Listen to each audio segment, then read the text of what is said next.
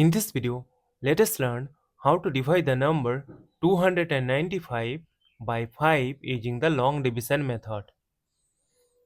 Consider the number 2. It is less than 5. That is why we will consider the number 29. We know that 5 times 5 is 25. Subtract, we get 4.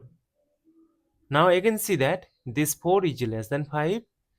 That is why we will bring down this number 5 here.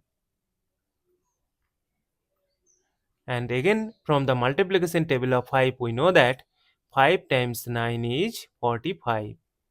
Subtract, we get a 0. As we get the number 0 and there is no number to bring down here, so we will stop.